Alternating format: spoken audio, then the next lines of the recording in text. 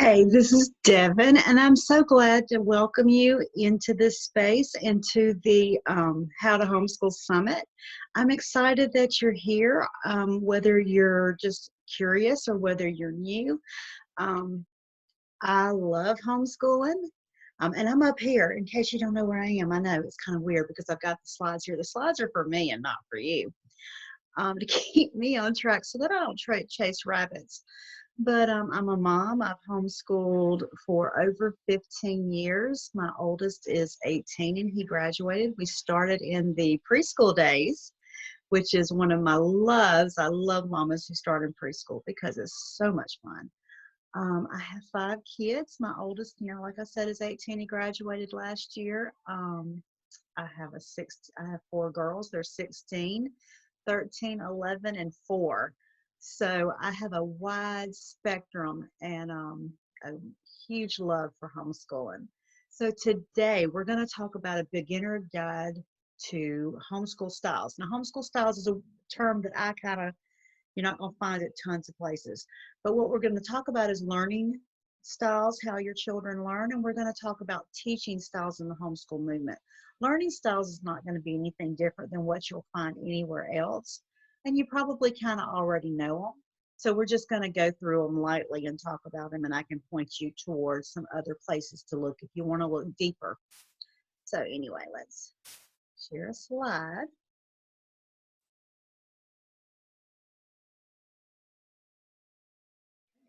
Oh, sorry. Okay, so first things first, if you're new to homeschooling or whether you're not new to homeschooling, is to relax. It's okay. You don't have to have all your answers today or even tomorrow. And guess what? Even when you feel like you find your answers, things will happen and things change up. Like when you move into middle school or you move into high school or, like your oldest graduates. Life is a changing thing. So, you don't have to have all the answers today.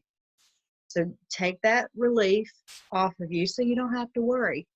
Take it one day at a time, one step at a time. One of the beauties of homeschooling is mama gets to learn too. So it's okay. Take that pressure off that you have to know everything. This is a great place to be, especially if you bought the lifetime access. I think you can go back and buy it if you want to and you decide to later. It's really great because with this app, you can go back and you can watch this video, you can watch other videos as you need them through your first couple of years. So that's my first thing is just relax, take a deep breath. We're all okay. So anyway, let's go to the next one. Okay, so learning styles. These are things that all children do. Every child, every mama is going to have a different bend of how they learn. Your goal will be to figure out how your children learn. They won't always be the same learning things and how to blend them with how you learn and find some place where you can meet in the middle. So there are basically 7 learning styles that influence how our children learn. There's visual, like they look through pictures and images, and it's like sparkle understanding. It's like, I have one child that learns really well through video, and I look for her to find places. She's very much a social media baby. She's my 11-year-old. So very much was born into the social media era. She likes the visual. She likes learning through the YouTube videos. So I do a lot of looking for stuff that will help her learn. There's Ariel through sound and music. I have one that is very musical, that she's studied classical guitar for 7, 8 years. Very mathematical inclined, but she learns through music and sound. There's verbal, where you're, through speech and writing. This is kind of where traditional, like, most of us, if we learned in public school or we were in public school, this is how you learn. May have been your best way to learn or not, but that's verbal. Some children, where I have one that is very, very much like this. Physical, through the body, hands, touch, kinetic, touching things, moon sand, Play-Doh, getting outside and building a building with a hammer. My husband's like this. He is a mix of visual and physical. He built our house. That's why I say that. He taught us how to do it. But anyway, so then there's logical, like logic and reasoning and systems and talking things out and seeing how things work. And there's social, learning in groups. Some children just learn best that way. And then, that's, you have to find ways for them to learn that way. And then there's solitary. Some children just work better alone and with self-study. So those are the main ways. And you have to figure out how a lot of times you can do it by observing how they naturally learn something. I mean, and I'm not saying that there's an easy way to learn this. There are some books you can read, and I'm going to show you some resources so you can dig a little bit deeper into this. But the goal will be to blend them together and find a way to make you all work so that you all learn together. One way is that of unit studies. We'll talk about that in a minute. There's lots of ways out there. So we're going to move into the different types of homeschool teaching styles. Now, you'll hear these a lot in the groups and people talking about different things. Okay, so here are some resources. There is the big What Now Book of Learning Styles by Carol Barner. That is a great one to read. You can find it on Amazon. There's Discover Your Learning Style with Willis, Your Child's Learning Style with Willis and Hodson. The Way They Learn by Cynthia Tobias. There's also some links here that you can go in. You can go in and find, there's some places online. You can also Google and find stuff. There's lots of stuff out there that can help you find how your children learn. So they're there. I will probably make a list to go with this. I'm not sure I'm going to have time, but I'm just going to try to leave this here for a few minutes so that you can see it. You can always stop the video and find it, but there's lots of places to start because it's not an unusual thing. It's things that you'll find out. It's not really a homeschool type thing. Okay. So here are some teaching styles for homeschooling in the homeschooling world. You will hear these in the groups. You'll hear them mamas talking at the park. These are what they're talking about. There are, let's see, how many's there? 9. Some of these were new to me. They're not as usual. So I will give you what I could find, but I can't really go too detailed into them because, they were new to me. So there's classical, Montessori, Charlotte Mason, unschooling, traditional, Waldorf, unit studies, Reggio Emilia, and eclectic. I'm eclectic, but we'll get there. Anyway, so, okay, so, I'm going to move my little people over here. I don't know if it's going to videotape there or not, but I can't see the slides. I'm like, that's kind of crazy, isn't it? So there's classical. Classical dates back to the Middle Ages. It has been around a really, really long time. Basically, there are like 3 levels of learning for children. Starts off with a younger level, and then it's like you're cycling through the information, and each time you're learning deeper. I have not ever really personally used this, but you can find more, and I'm going to show you where to find some resources. So it dates back to the Middle Ages. It focuses on teaching students to learn for themselves through the Trivium, or 5 tools of learning, and learning happens in 3 stages. So you can find resources. You can find the core. The Well-Trained Mind is probably one of the first homeschool books I ever found when my son was 3 or 4.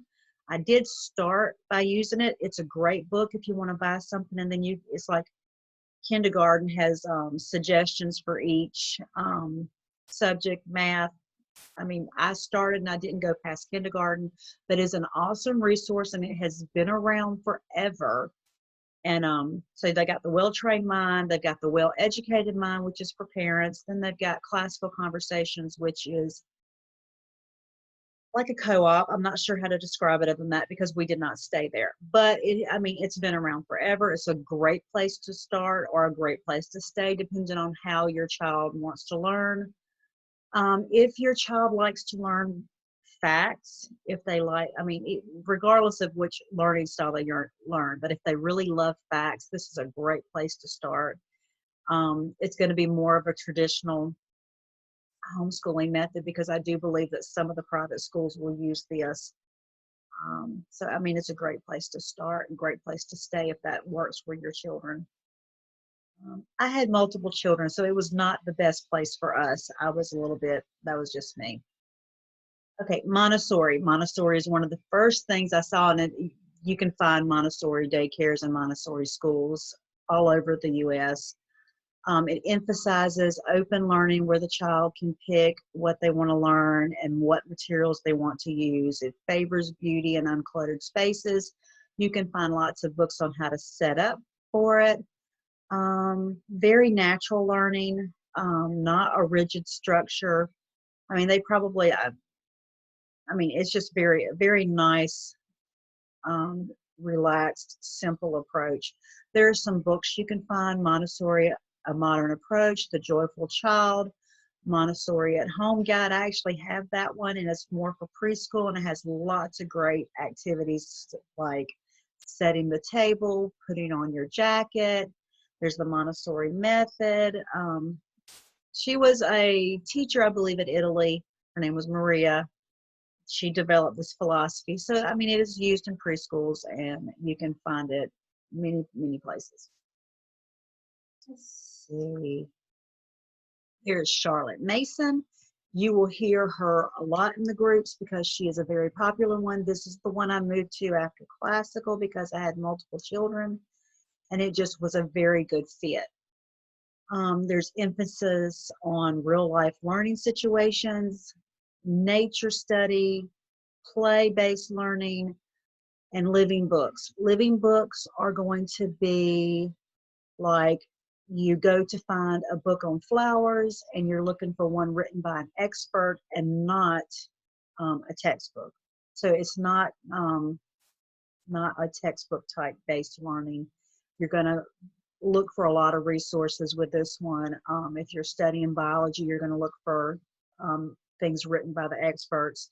You can find resources at A Twaddle Free Education, Charlotte Mason Companion, Charlotte Mason Education for the children's sake. And then there's a free online thing called Ambleside Online. I don't have it on here, but you can Google it, Ambleside Online. They are free and goes all the way up through 12th grade, and they have suggestions for every subject and things. So it's been around a long time. She was an educator in England.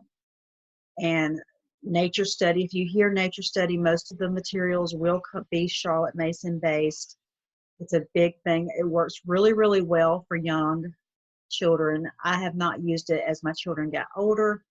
I'll tell you that story when I get to the traditional, what happened with us. But, you know, because I've been around a long time and I want this to be nice and, you know, friendly. So we're friends. We're just talking.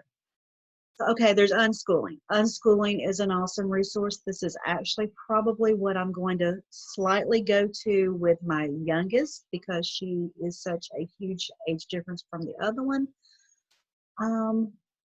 It's also called, unschooling. People tend to confuse it with deschooling. It is not deschooling. They are not the same thing. People will confuse it with just throwing your kids out and not teaching at all. That's not necessarily true. You can also hear it called child-led learning, interest-led learning, or family-based learning, which I actually kind of enjoy. Like I said, my husband built the house. He went to YouTube and read stuff. He went and found experts, and then he learned on his own. So I kind of tended to call him the unschooled dad because that's how he works. It rejects that children must be taught to learn, which I think is a little true because children have a driving force to learn if we don't stop them from doing it. And it favors resources being provided based on the child's interest. So if you want to find resources, it's How Children Learn, Homegrown, Dumbing Us Down, Project-Based Homeschooling, Homeschooling Gone Wild, Inspired Learning Through Living. That is, there's a YouTube that you can go with there. She has a very great YouTube channel. That's Carla and the Sensational Six. See, I couldn't get that out. I actually met her a few months ago. She's a very interesting family. So just a good one to follow, even if you don't decide to do unschooling. Okay, traditional. This is the one you're going to be the most familiar with if you were in the public or the private school sector. It's school at home, worksheets, textbooks, teacher-led learning. This is the one that lots of families, when you first start homeschooling, you will default and think that this is where you have to go. Not necessarily, but also there's nothing wrong with it. Don't let anybody tell you that there's anything wrong with this. There's nothing wrong with traditional based learning if your child learns best that way, or if you work best that way, that's okay. But just try to be aware that if your children are not doing as well as you want, you may want to branch off somewhere else. But don't let anybody tell you that this is wrong. Resources, these are more curriculums than actual resources because I feel like you can kind of find resources anywhere. Abeka would be traditional. Bob Jones, Liberty University. You can find online curriculum that you can pay and then someone else is teaching that is very much school at home, but online. So there's a blend. I defaulted to this. You have to watch yourself. Sometimes you will default to things when you're not used to things. When I had my surprise baby, I defaulted to traditional because that's what I grew up with and I was exhausted.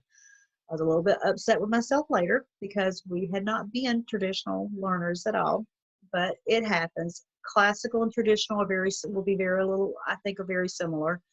So anyway, so those, nothing wrong with it. Don't let anybody tell you there's anything wrong with it because, they'll say, oh, you need to try this one. You need to try that one. If this makes you happy and this is how your children learn, it's great. So no judgment from me. Waldorf. Waldorf is really, really cool. At first, I thought it was very similar to Montessori, and in a way it is, but it's its own learning. It has their own, a teacher that came up with it. Very holistic. It's dealing with the whole child and working with the whole child. There's lots of handicrafts like knitting and weaving and painting and stuff like that. So you would probably enjoy it if that's the kind of stuff that you do. Let's see, resources. Oh, making dolls. They make the most awesome dolls. Cool, cool, cool. And you get the children involved and they learn how to process. So I think it's a lot of fun. There's Beyond the Rainbow Bridge, the 7-year-old Wonder Book, Tell Me a Story, which is an awesome, awesome, awesome just resource that I love. Heaven on Earth. So there's just some great books that you can get some more in there. Waldorf, there are actually preschools they're not as easy to find as Montessori, but you can actually find preschools and find, information there. There's groups. There's I think a Waldorf homeschooling conference online, or it may not be online, may not homeschool, but just a Waldorf conference is out there. I've seen it. So you can Google and you can find stuff. See. Unit studies. Unit studies are awesome. I used to do these a lot when I worked in a school. You're basically picking one theme and all the subjects go around it. So it's a lot of fun and it works really great if you have multiple children and you want to coordinate everybody. It's great. Like Teachers Pay Teachers, you can find unit studies. You can go on Pinterest and find unit studies. There's bloggers who, and they show you how to do the unit studies. There's lots and lots of great stuff out there. It's more traditional, but not traditional. So it's like you can use all the great resources and then have it all over in one thing. Let's see. Okay, this is one that was new to me. I'm going to completely admit it. I don't even have a good handle on it. It is Reggio Emilia. It's child-led learning based on respect, responsibility, and community. Environment is seen as a third educator and it's hands-on. Some of the resources is bringing Reggio Emilia home and in the spirit of the studio. I'm actually going to buy these so that I can look at them because this one I had not ever heard mentioned, but it's out there. So since it's out there, I'm going to learn about it. I might even teach a workshop on it one day. Okay, so this is where I am, eclectic. This is where my family falls. The family chooses what works for their family. You could pick anything from any of the above groupings or anything. Something might be considered traditional math. I have used traditional math for years. And then that Then you might have Charlotte Mason Science Nature Study, or you might have our language arts is very similar to Charlotte Mason, and you're using living books, and there's art and stuff like that to go along with it. So with the eclectic, you're finding whatever works and you blend your styles. Easy peasy, probably better as you, I think what happened with me is as I went along, I just picked what I liked through the years and just kept it. That may be wherever, I think a lot of homeschoolers end up that way because they find stuff over here, they find stuff over there, and they find what they like. So any of the learning style resources mentioned today, these are it's just using what works best for your family. Okay, so here are some other resources that you can find just talking about teaching styles. There is one on homeschool methods, and I believe she has some curriculum suggestions too. It's naturalbeachliving.com homeschool methods. It was an awesome article, and I believe she had some curriculum choices, suggestions in there too. I did not put those here, but because she has them. And then there's eclectichomeschool.com. There's a quiz you can take. So if you want to go Google it and find a homeschool philosophy quiz, you can have the fun of doing a quiz. Now, finding the fun of a quiz does not necessarily mean what she says is what you are, but it could be a great place to start and ask you some questions that, make you think about what's going on and what you need. But anyway, I had fun going through these with you, and I am looking forward to hearing good things about your coming years. I hope that you enjoy everything in the How to Homeschool Summit because we put a lot of love into this, and we are praying for you, and we can't wait to hear the good things that come. Have a wonderful day.